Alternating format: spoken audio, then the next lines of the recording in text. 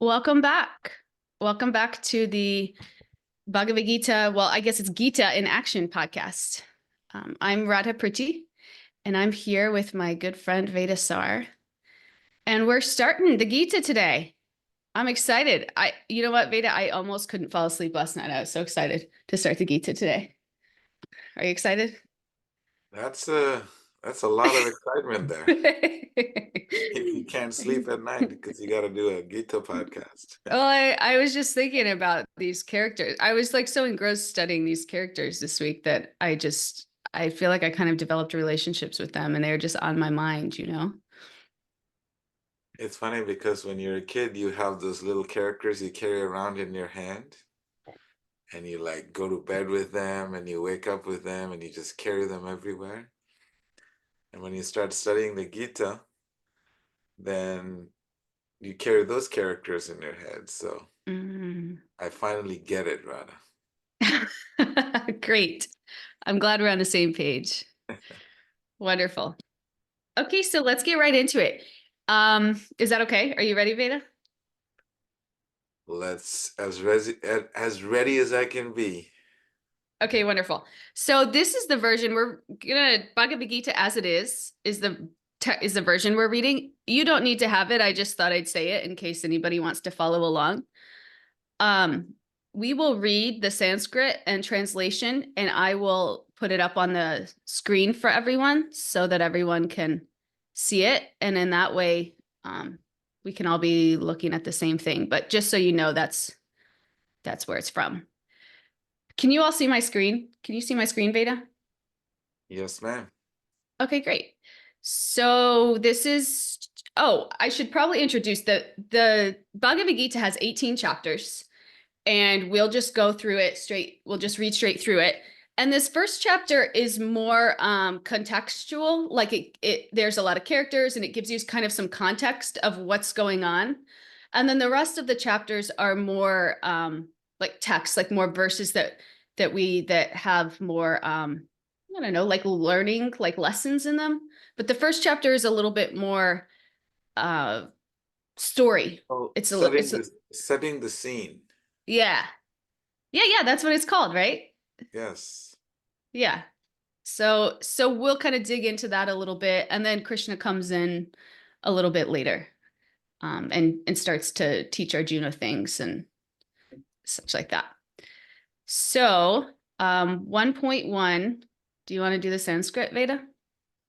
I don't know. People need to decide if they would like to hear what Sanskrit sounds like. If you want to hear what Sanskrit sounds like, yeah, tell us on the chat. Oh, Okay, there we go. Thumbs up is good. People into it. Dhritarashtra uvacha dharmakshetre kurukshetre samaveta yuyutsavaha mamaka pandavaschaiva kimakurvata sanjaya. Translation. Dhritarashtra said, O Sanjaya, after my sons and the sons of Pandu assembled in the place of pilgrimage at Kurukshetra, desiring to fight, what did they do? Okay, so I'm going to pull up this super nerdy slideshow that I made. You know, we're going to talk about the characters today. It's not necessary that you like really understand. You come and you remember the characters' names and who they are. It's not really necessary for understanding the Gita, but just for fun, we'll go over it and in that way, you know, you can kind of take it as you like. So I have this visual aid to help us if you're a visual learner, and it makes it easy. And we'll kind of go over it here. Okay, so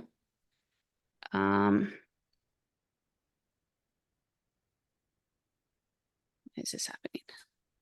Okay, so this is India, and this is Kurukshetra. So this is where the war is taking place, right? And there you go. And what we've talked about so far, we talked about this on Monday. We talked about the Pandavas, which is what we call like the good side, and the Kauravas, which represents more like the evil side. So on the Pandavas, we talked about Arjuna already, who's a warrior. And we talked about Krishna, who's the chariot driver. And he's also God. Krishna is the name for God. It means all attractive. And he accepted the role as Arjuna's chariot driver, which is kind of beautiful because a chariot driver is kind of a low role. But again, Krishna accepts the role as our servant, which is out of love, which is beautiful. So then we talked about Duryodhana, the king. We talked about that story where Duryodhana and Arjuna went to Krishna asking for his help because they were going to go to battle, and Arjuna chose Krishna, and Duryodhana chose Krishna's army. Remember, we talked about that story on Monday. And then we have Dhritarashtra, which is Duryodhana's father. So that's the character that's talking about in this verse. So that's the Dhritarashtra said. That's who's speaking in this verse.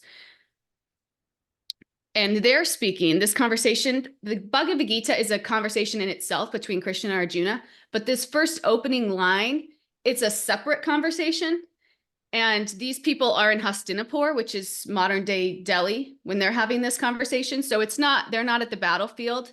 They're actually a couple hours south of the battlefield, and they're talking. And this is Dhritarashtra right here. And if you can see my screen, great. And if you can't, that's no problem. I'm just showing a picture. And Sanjaya, his assistant, Dhritarashtra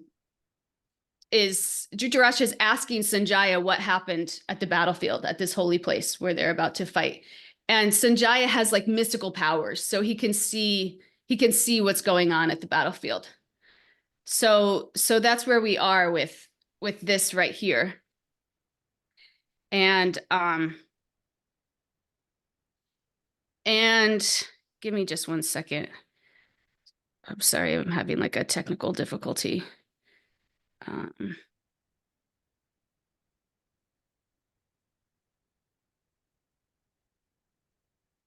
Okay. So it's interesting that Sanjaya or Dhritarashtra is asking Sanjaya what happened at the battlefield here, because it's obviously a battlefield. There's obviously a fight going to go on.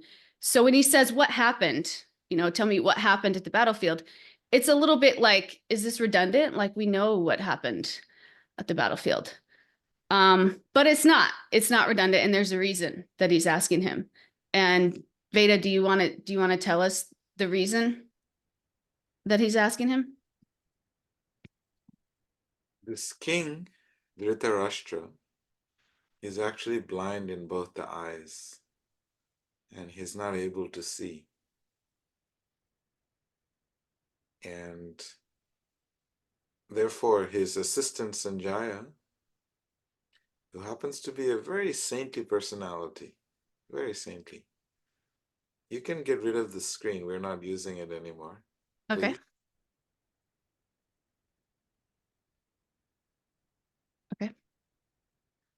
So Sanjaya has this mystical ability to see, by the blessings of his teacher, his guru, he has this ability to see things that are happening on the battlefield. He's got this view of the battlefield where every little detail he's able to observe based on the questions that is asked by this blind king. And this king is, Dhritarashtra is literally blind, not metaphorically blind. And so Sanjaya, very pious, saintly personality, his assistant, he's explaining to him in detail whatever question he asks. Sanjaya is able to zoom into that place and see everything as it is happening, and he is providing the details as they're happening. And not only is he able to see what's happening, he's also able to describe and hear what they're saying, and he is able to convey that to this blind king. it's super mystical. You know, it's like having a surveillance camera where you can hear and see everything happening from a different location. Here we use technology, but there the technology was all due to his own spiritual practice and the blessings of his teacher. So this is the interesting thing. And Dhritarashtra asks the question, "O Sanjaya, what?" Read the translation again. The sons of Pandus and the Kauravas Oh, assembled. Sanjaya, after my sons and the sons of Pandu assembled in the place of pilgrimage at Kurukshetra, desiring to fight, what did they do? Yeah, when we study this question he asks, there's a lot of depth to this question. He, in this, after my sons and the sons of Pandu, you notice that he's already created differentiation, although they're all same family, they're all cousins. He's saying after my sons and the sons of Pandu. So he's making sure that there is a separation. Unless there is no war, unless we make people separate from us. We are Americans, those are Russians. And when we start putting people in boxes and putting people, separating them from us, there is no war. So he's making it very clear there is a war that's happening because he has been very instrumental in making sure that there is a separation between him, his children, and the sons of children. And the So, second, so in other words, Dhritarashtra, they're all one big family, but just Dhritarashtra is making the specific delineation between his sons and his brother's sons, the yes, Pandus, and his brother has passed. So typically the brother, you know, Dhritarashtra would kind of take them under his wing and claim them as his own, but he didn't really do that. yes, but he did the opposite, make sure that there is a separation so we can, you know, and also after my sons, he's also insinuating that his children were, were greater and more special. And there is a level of pride in him that you can see. And then assembled at the place of pilgrimage is very interesting. He uses that term, assembled in the place of pilgrimage, desiring to fight. What did they do? And he knows that when you go to a place of pilgrimage, there is something very unique that happens. Every action that one undertakes in a place of pilgrimage, that action or that intention is amplified. And he knows that his children were adharmic. That means they were fighting against the moral and ethical codes. And the sons of Pandu, Arjuna and his brothers, they were dharmic. They were morally and ethically sound. So he knows that those people who are standing on the side of morality versus those, his children, they're in a very precarious situation because they're in a place called Dharma Kshetra, a place of pilgrimage. It is a place of pilgrimage. And that means the positive energies of the places of pilgrimage will support those who are generally more good people. People who are not so good, they go to places of pilgrimage to become good.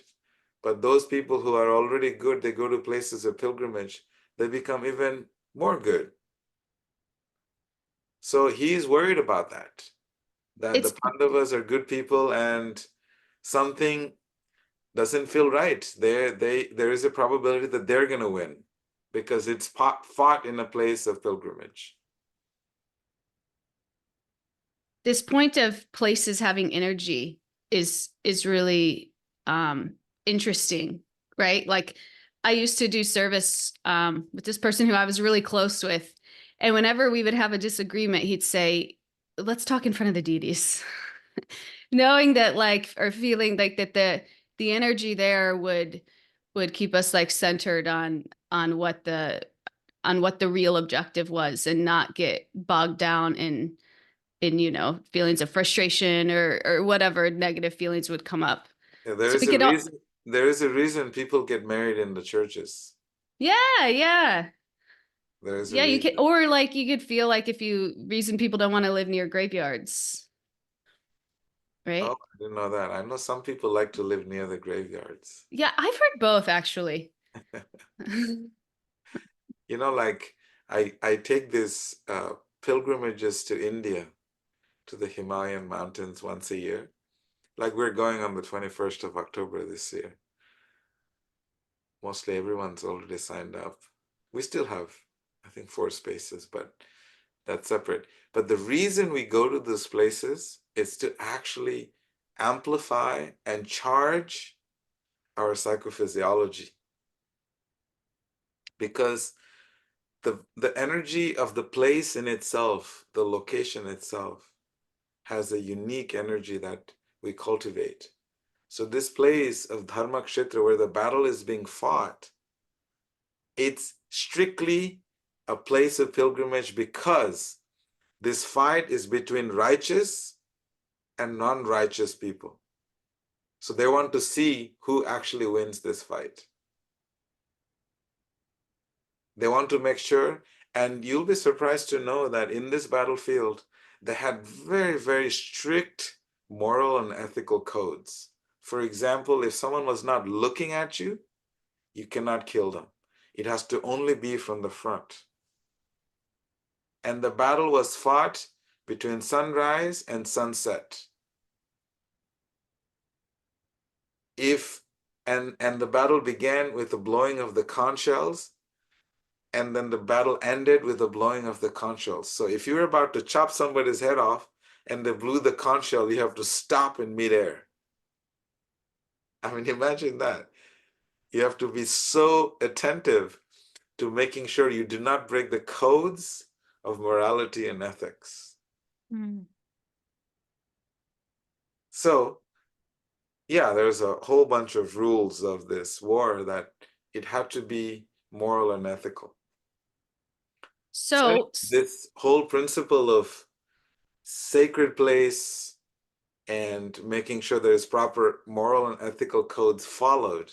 And every night when they got back from the war, they would actually get together and dine together. It's pretty crazy when you think about it. Both teams, they're all families. So they will all get together in each other's tent and have a big feast, and in the morning, ready to kill each other again.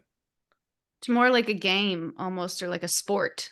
Because they were fighting for a higher value. They were fighting for morality and ethics. It wasn't just personal. For one person, it was personal, but for everybody else, Duryodhana, it was very personal. For everybody else, it was fighting for morality and ethics. So this is a big theme of the Gita is talking about the right thing to do. And in the sense of morality and ethics, but also in the sense more in the sense of what is the most meaningful thing to do, right? Like finding meaning out of life. And that's a primary theme of the Gita. Yeah, and we know when we have arguments and debates and disagreements in family, it should not be personal. It should be based on principles. We should fight for principles, not, oh, I don't like Balaram because, because he did not give me my cookies yesterday. I just don't like him. Why don't you like him? I just don't like him. It's so, everything becomes like so personal. It's not a principle-based uh, relationship. And this war is a principle-based war. And that's another lesson in our lives. Whenever we have disagreements, if it is a principle-based disagreement, then there is room to actually talk and negotiate and work things out. If it's personal, then it doesn't work. then somebody is going to lose. And the one who makes everything personal generally and is not based on morality and ethics doesn't have the best of luck. So that's Mm, the, another principle of this battle that is being fought.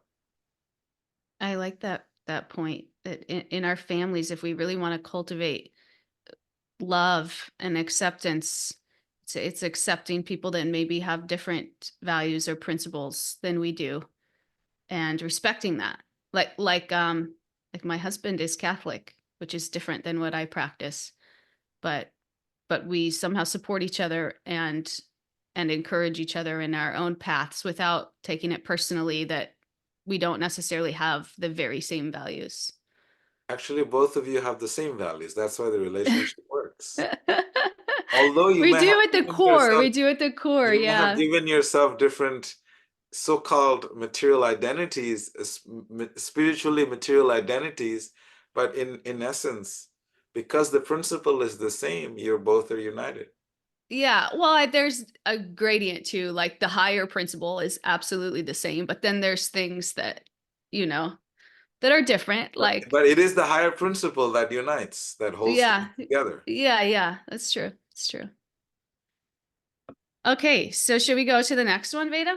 The next Yeah, verse? let's do it. Let's do it. Okay, great. So we're going to see that's kind of a big theme of what we're going to see in this chapter is how this holy place impacts the war. Like, will the Pandavas decide not to fight? Will the Kauravas decide not to fight? Will it amp up the Pandavas and they'll have a advantage because they represent good? So that's something we're going to be thinking about. Let me share this screen again. Okay. We'll go to the next one. So now we're on 1.2. If my computer works. Okay, 1.2. Do you want to do the Sanskrit, Yes. Veda? Sanjaya Uvacha Drishtva tu Pandavanikam Vyudham Duryodhanastada Acharyam Upasangamya Raja Vachanam Avravit. Okay. Sanjaya said, O king, after looking over the army arranged in military formation by the sons of Pandu, King Duryodhana went to his teacher and spoke the following words. Okay, I'm going to go back to this share.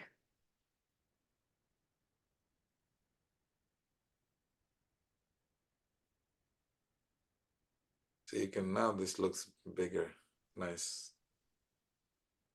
This is good. Okay. Okay. Can you guys see my screen? So Duryodhana, as you can tell, it's normal for in the battlefield, you want to see, what's going on. And he sees this incredible formations of battle.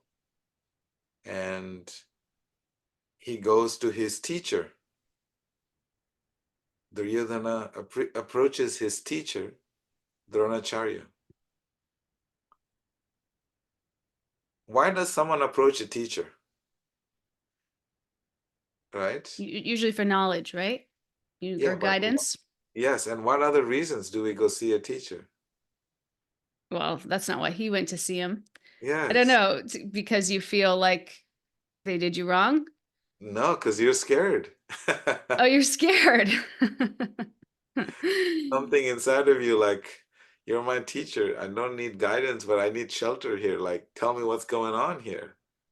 So you can see Duryodhana is actually going to his teacher out of fear. And he's approaching his teacher like, and you will see in the next verse how his fear is being diplomatically being addressed.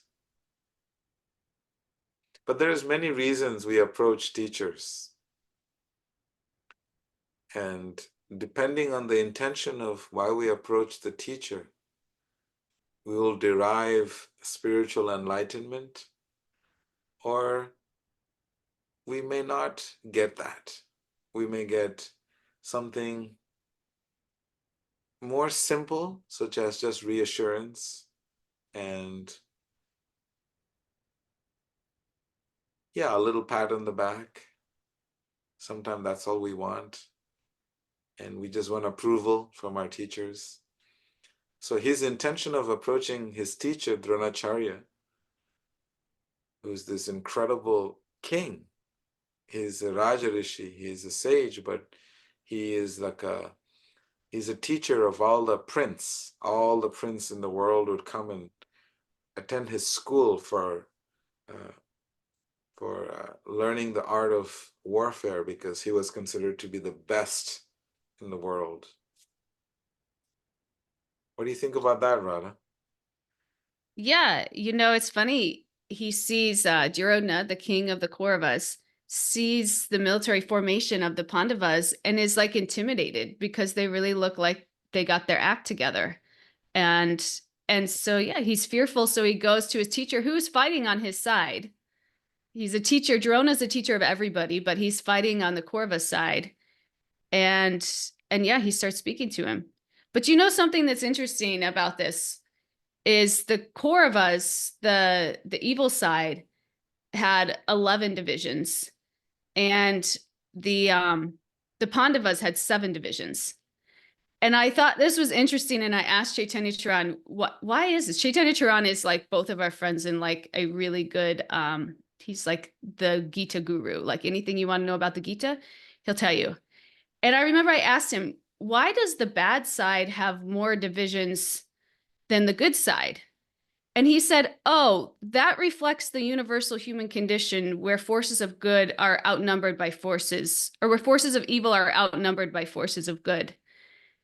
And I said, oh, really? That means there's more evil people than good people? He said, no, usually people are somewhere in between, but they don't really want to act if the bad side is very intimidating or aggressive. So they're kind of they don't really take a side, or they end up fighting for the bad side just out of being kind of coaxed into it.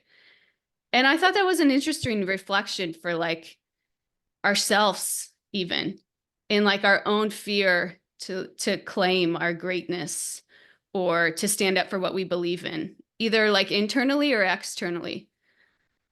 Like, so like we know that we could be doing something more, that we could be really stepping in and making a difference, but for whatever reason our narratives or our demons kind of hold us back from that.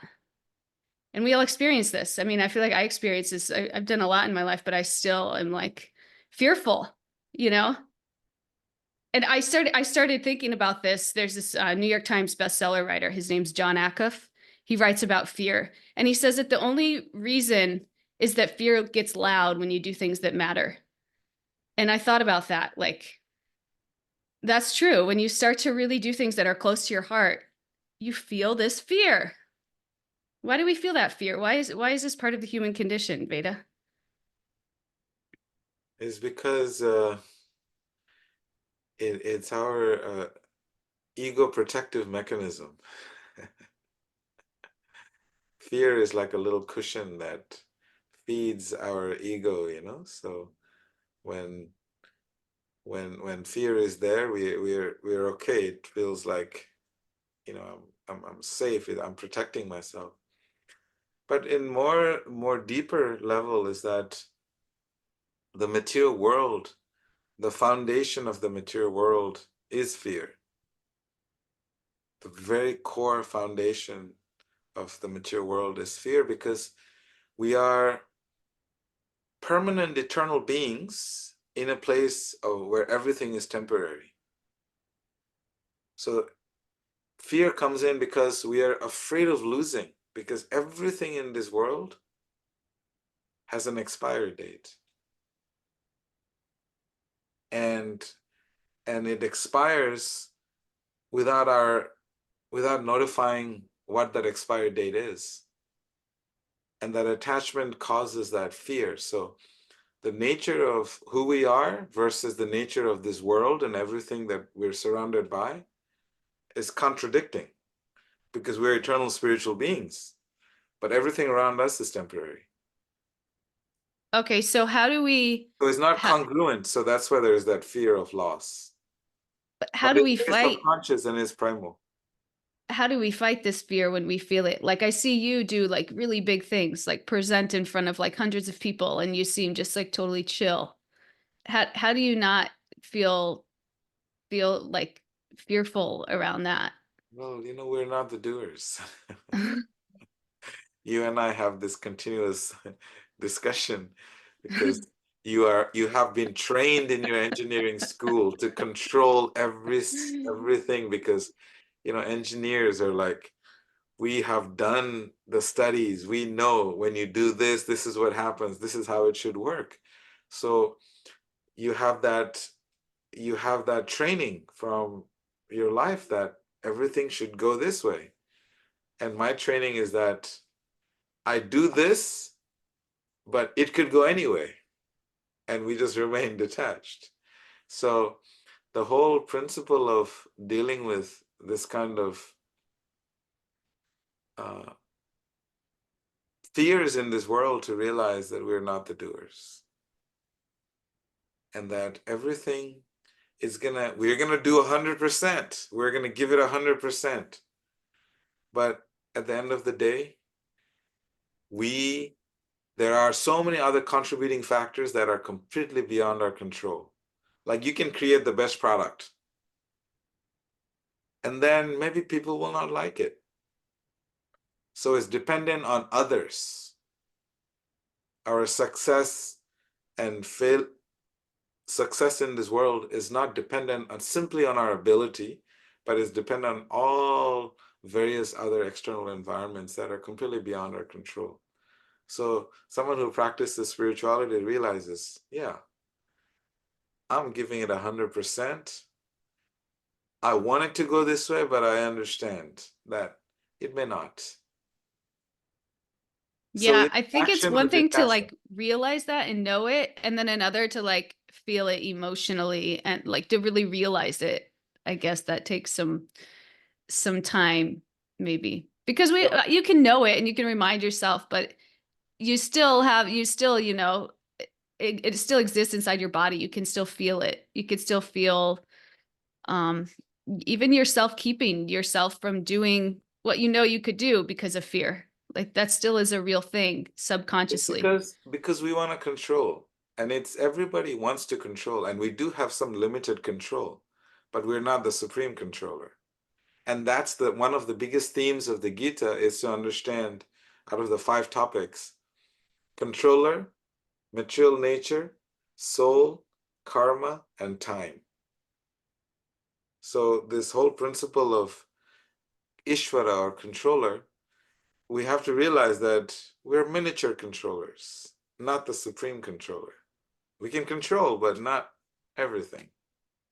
Miniature controllers. All right, that's a takeaway of the class. That's gonna Should be we? my that's gonna be my nickname for you now. No, I asked Veda for a name and he told me I was Ishvari, which means controller.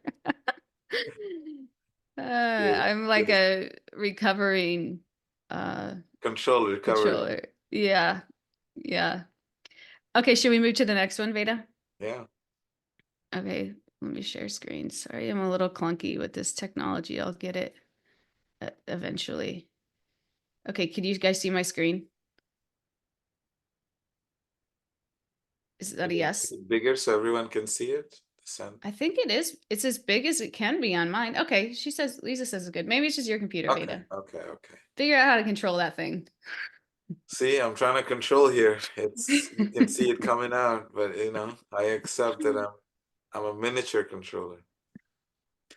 Pashyaitam panduputranam acharyam mahatim chamum vyudham drupada putrena tava sishyena dhimata. Beautiful.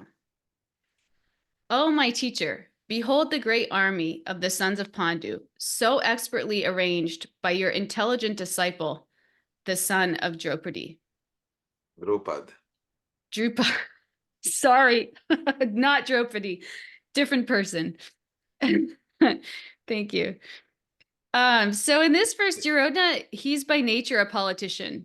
Like that's what he is. That And was a he's, backhanded slap. I know. That was maybe almost an offense, right? Me saying Draupadi. She's No, no, actually no. very, She's Drupada is her father. yeah, That's right. why she's Draupadi, and her. Yeah. So okay, go ahead. Yeah. Okay, so in this verse, Duryodhana, he's by nature a politician, and he's concerned that the people on the opposite side are fully determined to fight, but the people are on his side are not. So he's going to his teacher, and he's kind of like goading him here, actually, because Drona's backstory. We'll get into Drona's backstory a little bit. Backstories are fun, right? Let's talk about Drona's backstory. Drona trained both sides. So he trained Arjuna, who's the great warrior, and then he trained the Kauravas. He trained everybody. So he's kind of friends with everybody. But he made an alliance with the Kauravas to support the Kuru king. But he didn't know at the time that the Kuru dynasty would be fighting against itself, and he would be on the wrong side, bound by the vow. So he's kind of got like his heart is really with the Pandavas, like Arjuna's like, you know, like a son to him. He's like very affectionate towards Arjuna and the Pandavas, but he's circumstantially he agreed to fight on the Kaurava side, even though he has more real alliance and affection with the Pandava side. So that's one thing. And then the other thing is that Drona's rival was Drupad. So when he says in this text, "Oh, my teacher, behold the great army of the sons Pandu, so expertly arranged by your intelligent disciple, the son of Drupad," he's really goading them, saying that the opposite side, like, look, you trained the opposite side, and your rival was Drupad, and Drupad's son is Drustajumna, who is the commander of the Pandavas.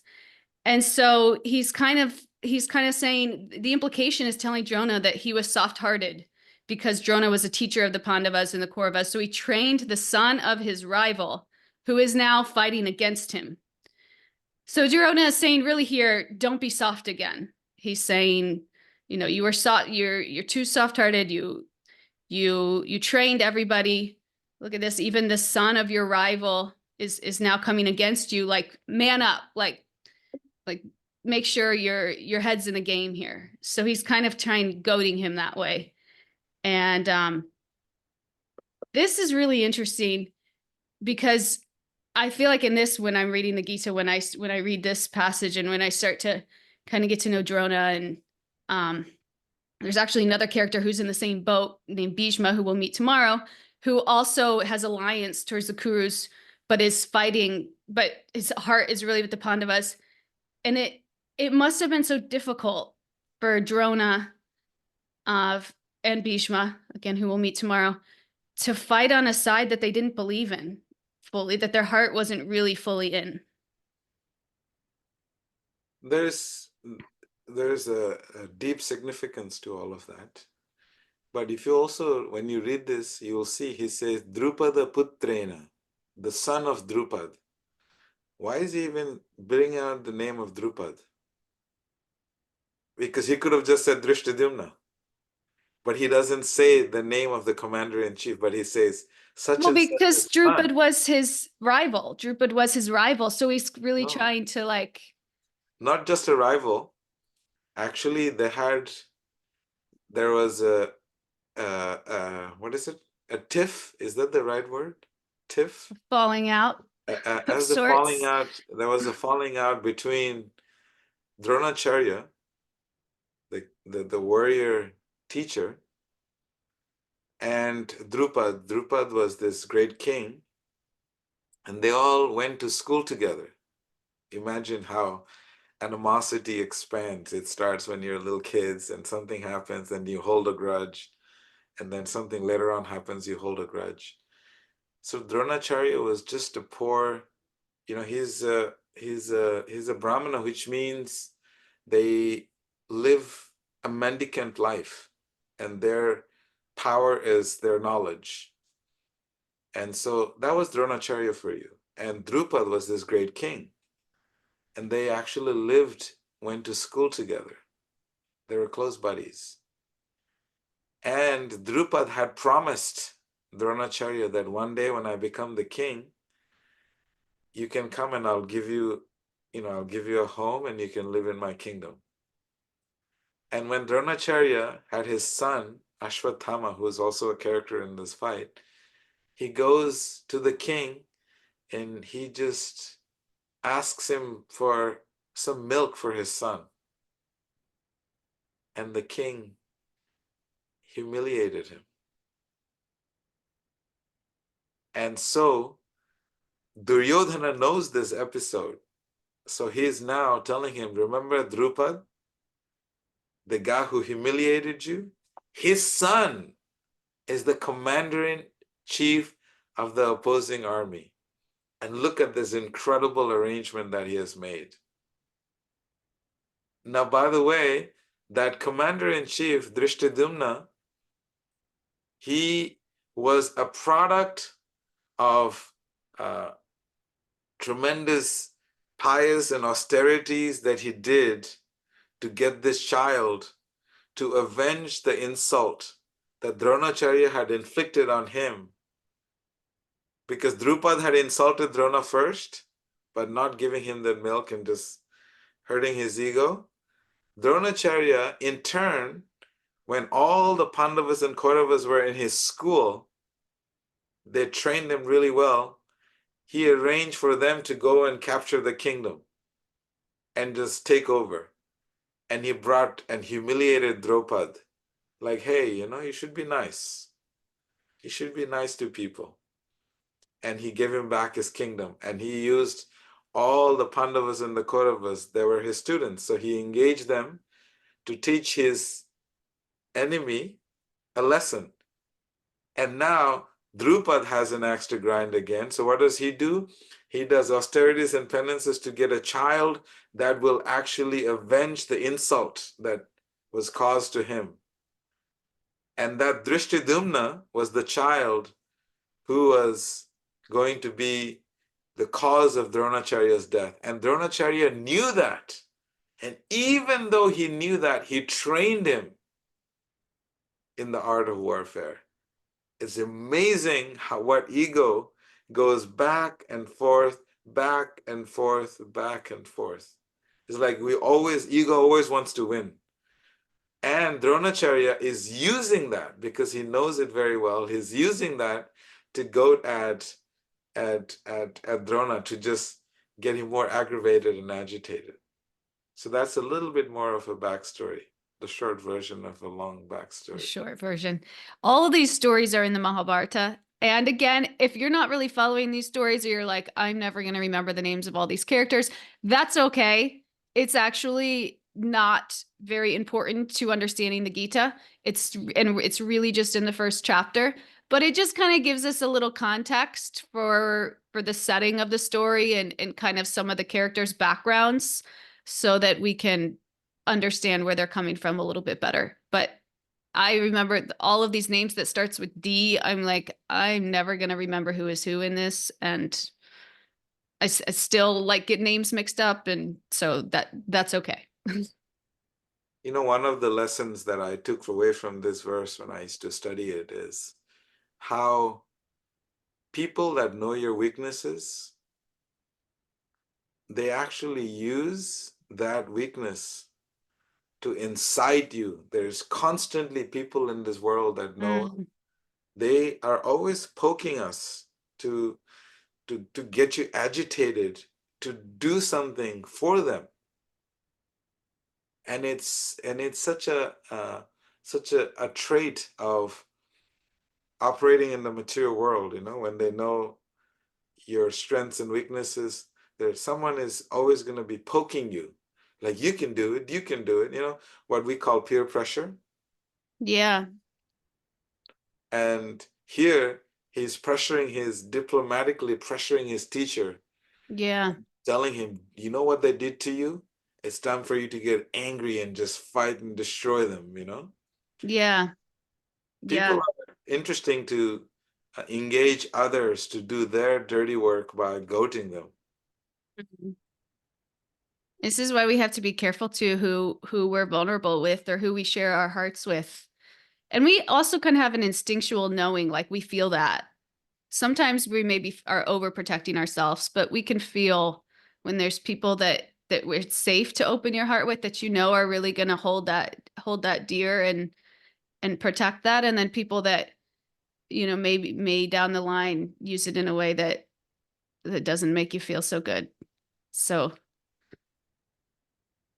that's interesting. Yeah. Okay, So Veda, should we open this up to yes, yes, yes. Let's do any it. questions, reflections, takeaways? We'd love Giveaways. to hear from you. We don't have any giveaways, but we would love to hear from anyone really on what you took from this session, or if you have a question. Go ahead, Balaram.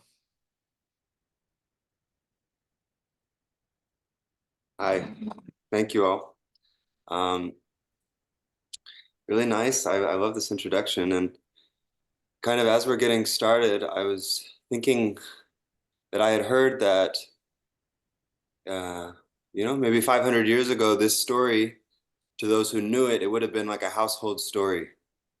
Like the people who knew the Gita really knew the Gita, and you might hear it a lot. And it was like maybe Marvel to us. And you'd know the characters, and you would know you'd be hearing it from when you're young, and by the time you were an adult, you'd really relate to the characters. But for us, we are seeking it out, and there's a lot of D names to stumble over, and we're here eagerly trying to get into it. So I'm wondering, uh, like, what can we expect for our trouble? Why is this story worth pursuing after so long? Across the world, we're seeking it out, and what can we hope to get out of it? You know, Balaram, these names are not so relevant, but what is relevant is the power of dialogue between two friends. That is the real essence that, Bhagavad Gita has been the most studied, the most translated, the most in various languages, and is the most read book because it teaches us the power of spiritual dialogue. Gita is a spiritual dialogue, not mundane material dialogue. So the world today, if you look at, it's filled with mundane dialogue. And the spiritual dialogue is probably 1 or 2 hours out of the week when people go to churches. So Gita is teaching us that the power of spiritual dialogue can be had anywhere. The mature world is a battlefield. Kurukshetra is a battlefield. Life is a battle. And while you're having your battle, what better time than when you're facing battle every single day to have spiritual dialogues, to make sense of our material struggles?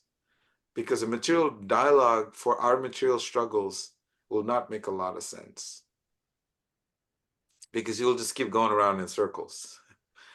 But a spiritual dialogue with our material struggles is powerful because it can take you out of the wheel of struggles, and you'll get a beautiful view.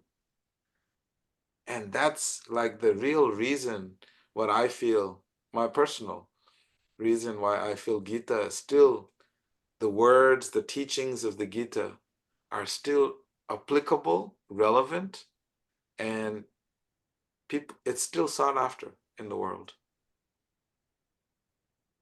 And I'll add to that, when we get to the actual teachings, more so like when Krishna starts talking to Arjuna, that's pretty much what it is. This first chapter is unique, and that there's storyline, but we'll get past that, and it'll become more teachings, and you'll see that more. So again, just if the characters and the storyline isn't your thing, just hang in there, because we'll get to that really dense, profound spiritual wisdom that Veda is talking about. Thank you. Roberto has his hand up. It's actually not me today. Oh, Manasseh has the question. Hello. Yeah, can you hear me? yes. Okay, so thank you so much for the teaching, and I'm very grateful. I'm giving a lot of gratitude for these teachings that we're receiving. So I have a question regarding, you mentioned when family or loved ones are fighting, and then it is nice to fight with, well, or like to put I don't know word for word. I don't remember word for word what you say, but more like to put the principles in the middle instead of the superficial stuff, to fight around the principle instead of the superficial. So how do we make the distinction? Oh yeah, or personal. And how do we like start practicing that instead of focusing on the basic things and just putting the principles in the middle and start practicing so that we can like find harmony? Beautiful question, Manasi. Hypothetical discussion scenario, right? Husband and wife, and they have a child. Husband doesn't like something about the wife doesn't like something about the husband. And the mind amplifies those differences. The fire starts to grow, get bigger and bigger flames. And we start playing fireballs at each other, just throwing fires at each other. Or, you know, ice, because there is this passive and aggressive. Sometimes we do all of this. We call them the ice toss. You throw ice balls at each other, snowballs, or like fireballs at each other. Why we do this? Because it's something personal between two people. And the principle would be that together you have brought in a beautiful soul into this world. And that soul is a product of two people's love for each other. Two people's love for each other, and God gives you a beautiful gift of a child in the house. And then two people, because they disagree with each other, they want to go their separate ways. So a principle or a value-based discussion would be to realize it is not just the two of you, but there is something of a special gift that God's given you. We have to understand the children that come into this world are not your creation. You have done nothing to make that child. Like, you literally haven't done anything. It's actually a divine gift. And so to realize that there is someone divine in the midst of all of this, then we have to figure out what would be the best way for this child to be properly nurtured and cared for. So that would be a value where the discussion goes from, okay, we may disagree with each other, but can we do the best thing for this child so this child grows healthy and wholesome? That is one example. Another example is whenever we are having discussions, we may disagree with each other about certain things, but then if you realize that in both of you, there's something very unique and divine that brought you together in the first place. And what is it that brought you together? What is that spiritual component that kept you together and kept the relationship going for a while? And that was the value that we need to search for when we're having struggles in our life. There is a reason two people are together. It's not just physical reasons or karmic reasons. There's more to it. So why not try to explore instead of figuring out how to separate? We have to see how to integrate and bring both of us together. So those are the higher values. I Look- think sometimes, Go ahead. sorry, Ben. But I think sometimes too, we think that closeness is when we're the same. Like we can be closest with you if we're the same. But I think real closeness, and when you get to the depths of love and closeness, it's when we can accept and celebrate each other's differences and still hold space for that without maybe being threatened by it or feeling like, oh, you're this way and I'm that way. That means we can't be as close. It's actually the opposite. It's, oh, this is where you are. This is where I am. Let's hold space for each other and celebrate that together. So maybe even like shifting a mindset around that, because differences can be threatening to people, but they don't have to be if we don't see them that way. Same is boring. If two people are the same, they like the same thing, oh my God, it'll be the most boring relationship. So it's good to have differences. I think our dear Lisa has a lot of wisdom, so maybe she can share something. She has her hands up. I did have my hands up. I listened to the introduction last week and this class as well. And thank you for all of the work that has just been poured into this beautiful space for us to share. I love the Gita and I'm learning it, and I am refusing, Radha, to be intimidated by the names. And I love Yes. the refusing to be intimidated by the names. And what I understand is that there are mystical stories that occur in all of our cultures that allow us to learn, as Balaram was speaking, from little children that become ingrained in us and allow us to deepen as we delve more deeply into the mystical awareness of them. And I just wanted to comment on the blind king as he was sitting there, of course, without having what we would say nowadays the high moral ground.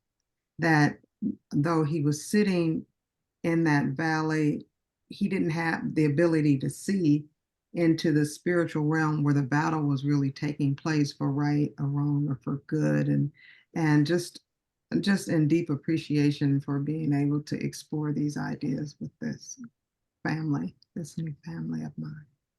Hmm. Beautiful. Yeah, so interesting. He was blind physically and spiritually. The layers of meaning that's in these stories is like amazing. You know, one day, I don't know if we don't have time, but each and every one of these characters, their names have Yes, deep meaning. So if I yes. were to give you the meaning of all these names, you'll be able to remember. Like Drona. Drona means a bull. It's It's because like it's like second nature for Veda because he grew up in India, so they're like nothing. no, it's because every name actually has the names of people have a significance. So if you just know That's right. what that name means, it's like, okay, I get it. I understand what this guy is all about. Yeah. Okay, so somebody was asking on the chat what Gita we're using. This is it, Bhagavad Gita as it is. But what I'm pulling up is called Vedabase, and that's just Vedabase. And that's like an online version of this that you can follow along with us if you want. It's free. Just type it into Google and click Bhagavad Gita as it is, and it'll come up. So Our time is up, Radha. okay. Thank you all. It's so nice to be with everyone. And I'm so happy to see all these incredible familiar faces. And it's so nice to have Noah online because he's like Balaram's role model. You know? Make a cup of coffee. Kind words. Thank you for the invitation. Thank you very much for this morning. Thank you, dear Thank Lisa. you. So We'll see happy you to guys on all of Monday. you. Yes, I look forward to seeing you soon. Yes. I'll probably see you on Saturday. You are all invited. Saturday at 9 a.m. Veda does a heart space call. And there's how do they get onto that if they're We'll not. share the link in TSQ, in the Seeker's Quest website. Okay, great. All right. Thank you all. Namaste, beautiful souls. Hare Krishna. Hare Krishna. Hare Krishna. Haribo. Hare Bo. Hare Bo.